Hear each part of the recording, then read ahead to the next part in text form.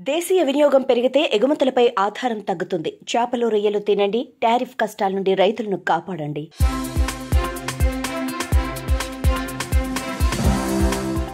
FN వీక్లీకి స్వాగతం. ముందుగా ముఖ్యాంశాలు.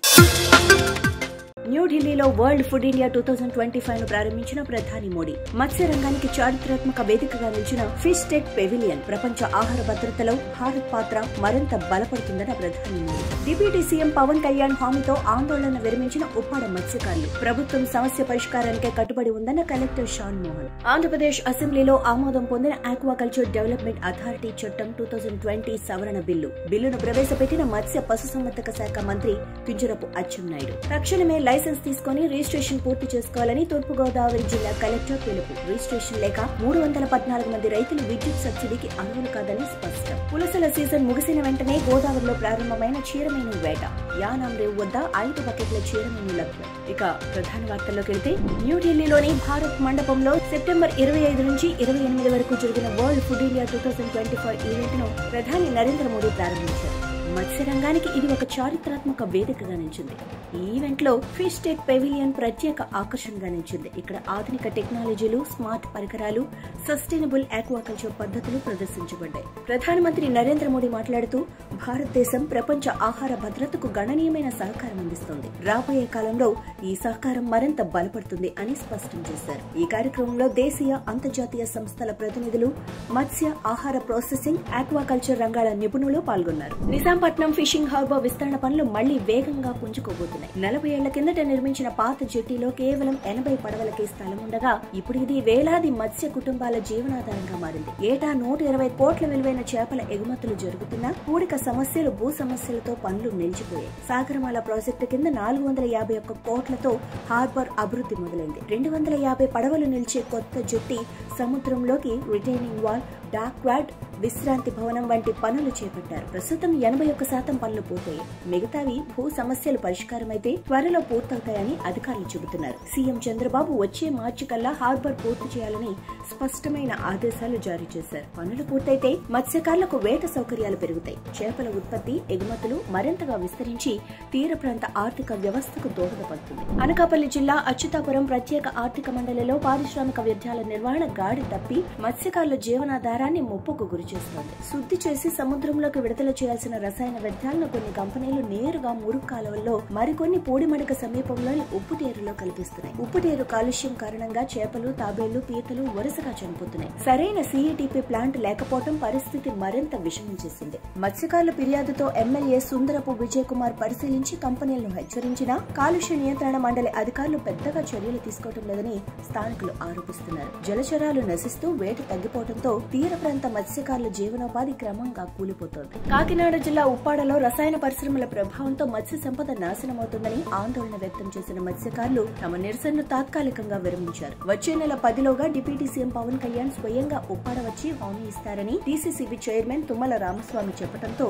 మత్స్యకారులు వెనక్కి తగ్గారు. అయితే పవన్ రాకపోతే మళ్లీ ఆందోళన ముమ్మరం చేస్తామని మత్స్యకార నాయకులు హెచ్చరించారు. కలెక్టర్ షాన్ మోహన్ వచ్చి ప్రభుత్వం సమస్యల పరిష్కారానికి కట్టుబడి ఉంది, వేట కొనసాగించండి అని విజ్ఞప్తి చేశారు. కానీ మత్స్యకారులు, మహిళలు, మా బతుకులు కాపాడేది పవన్ కళ్యాణే, ఆయనే నేరుగా వచ్చి హామీ ఇవ్వాలి అంటూ గట్టిగా నినాదాలు చేశారు. తాత్కాలికంగా నిలిచిన ఈ పోరాటం అక్టోబర్ 10 తర్వాత మళ్లీ చెలరేగే అవకాశం ఉందని స్థానికులు చెబుతున్నారు. మత్స్య, పశుసంవర్ధక మరియు పాడి పరిశ్రమల శాఖ సహాయ మంత్రి professor SP Singh Baghel world food India 2025 లో ఏర్పాటు చేసిన ఫిష్ టెక్ పెవిలియన్ ను సందర్శించారు. ఈ సందర్భంగా ఆయన ఫిషరీస్ అండ్ ఆక్వాకల్చర్ స్టాళ్లను పరిశీలించారు. భారత ఆక్వారంగ అభివృద్ధి, ఎగుమతుల ప్రోత్సాహం, ఆధునిక సాంకేతికతల ప్రదర్శనకు ఈ వేదిక ముఖ్యమైనది. ఈ కార్యక్రమంలో భారత ప్రభుత్వ కార్యదర్శి doctor Abhilaksh Likhi, NFDP chief executive doctor Vijay Kumar Behera, joint secretary doctor Neetu Kumari Prasad, joint secretary Shri Sagar మెహ్రాతో పాటు పలు ఆక్వా ప్రముఖులు పాల్గొన్నారు.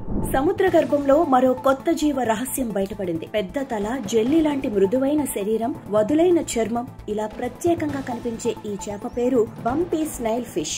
ఇప్పటి వరకు ఎవరికీ తెలియని ఈ జాతి ఇటీవలే గుర్తించబడింది. అమెరికాలోని కాలిఫోర్నియా టాంజానియా తీర సమీపంలో అబైసల్ సీ ఫ్లోర్ వద్ద MBARI టెక్నాలజీ సహాయంతో Suni జెనేసియో, university of మెంటానా, Hawaii Manoa విశ్వవిద్యాలయాల పరిశోధకులు 3 కొత్త స్నైల్ ఫిష్ జాతులను గుర్తించారు. ఇవి ఇథియాలజీ అండ్ హెర్పిటాలజీ అనే సైంటిఫిక్ జర్నల్లో ప్రచురించబడ్డాయి. స్నెల్ ఫిష్ల కుటుంబానికి ప్రపంచవ్యాప్తంగా 400 కంటే ఎక్కువ జాతులు ఉన్నాయి.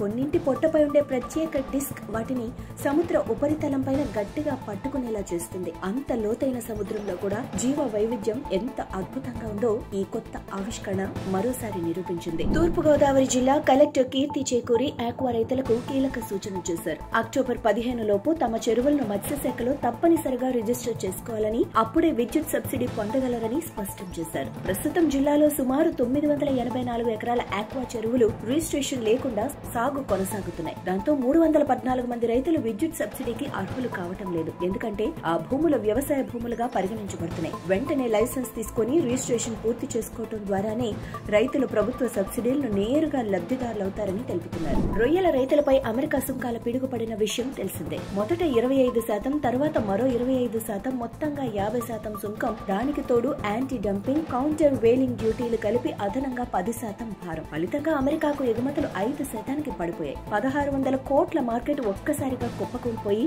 జిల్లాలోని ప్రాసెసింగ్ ప్లాంట్లు, ఎగుమతిదారులు, రైతులు తీవ్ర నష్టాల్లోకి వెళ్లారు. ఒకప్పుడు కిలోకు 270 దొరికిన వనామీ రొయ్యలు ఇప్పుడు 235కు పడిపోయాయి. ఎకరాకు 60,000 వరకు నష్టం వస్తుందని సాగుదారులు చెబుతున్నారు. నిపుణులు చెబుతున్న ప్రకారం అమెరికా కాకుండా Australia, Singapore, Malaysia, Japan, Russia వంటి ప్రత్యామ్నాయ మార్కెట్లపై దృష్టి పెట్టాలని, ఇప్పటికే బాపట్ల జిల్లా నుంచి చైనా, గల్ఫ్ దేశాలు, యూరప్ కి ఎగుమతులు పెంచే ప్రయత్నాలు మొదలయ్యాయని తెలిపారు. కానీ పెట్టుబడులు పెరిగిన ఈ సమయంలో రొయ్యల ధర గిట్టుబాటు కాకపోవడం రైతులను మరింత ఇబ్బందుల్లోకి నెడుతోంది. పులసల సీజన్ ముగిసిన వెంటనే గోదావరిలో చీరమీను వేట మొదలైంది. రొయ్య పిల్లల పరిమాణంలో సన్నగా ఉండే ఈ చేపలు మాంసాహార ప్రియులకు ఎంతో ఇష్టమైనవి. గారెలు, చింతకాయ, మసాలాలతో కూర వండుకొని తినటం యానాం, కోనసీమ ప్రాంత ప్రజలకు ఇష్టం. ప్రతి ఏడాది సెప్టెంబర్, అక్టోబర్ నెలల్లో గోదావరిలో తెల్లటి నురగల గుంపులుగా కనిపించే చీరమీనును మత్స్యకారులు సీడ్ వలలు, చీరలతో పట్టుకుంటారు. యానాం రేవు వద్ద 5 బకెట్ల చీరమీను లభ్యమైంది. మార్కెట్ లో ఒక సేర్ ధర 1000 నుంచి 1600 వరకు విక్రయించబడింది. శ్రీకాకుళం జిల్లా వజ్రపు కొత్తూరు మండలం మంచినీళ్లపేటలో 2020లో 12 కోట్ల అంచనాతో జెట్టి పనులు మొదలయ్యాయి. కానీ మొదటి దశలో ఇసుక దిబ్బలు చదును చేసి కంకర పరుపు, ప్రహరీల వరకు ఆగిపోయింది. దాదాపు 6 కోట్లు ఖర్చైనా బకాయిలు చెల్లించకపోవడంతో పనులు అర్ధంతరంగా నిలిచిపోయాయి. ఇలాగే ఎచ్చెర్ల మండలం బుడగట్లపాలెం ఫిషింగ్ హార్బర్ ను గత ప్రభుత్వం 360 కోట్లతో శంకుస్థాపన చేసిన పనులు ముందుకెళ్లలేదు. ఇచ్చాపురం నుంచి రణస్థలం వరకు 193 కిలోమీటర్ల తీరం పొడవునా 103 గ్రామాల్లో 1.60 లక్షల మంది వేటపై ఆధారపడి బ్రతుకుతున్నారు. కానీ ఉపాధి లేక సుమారు 40,000 మంది మత్స్యకారులు గుజరాత్, మహారాష్ట్ర, కేరళ, తమిళనాడు రాష్ట్రాలకు వలస వెళ్లటం పరిస్థితి తీవ్రతను చూపిస్తోంది. స్పందించిన మత్స్యశాఖ మంత్రి అచ్చెన్నాయుడు మంచినీళ్లపేట, బుడగట్లపాలెం జెట్టీలను పూర్తి చేస్తామంటున్నారు. జనగాం జిల్లాలో మత్స్యకారుల ప్రధాన ఆధారమైన చేపల పెంపకం గత 2 ఏళ్లుగా తీవ్ర ఇబ్బందులు ఎదుర్కొంటోంది. లక్ష్యం మేరకు 272.27 లక్షల చేప పిల్లలను వదలాల్సి ఉండగా కేవలం 129.80 లక్షలు మాత్రమే వదిలారు.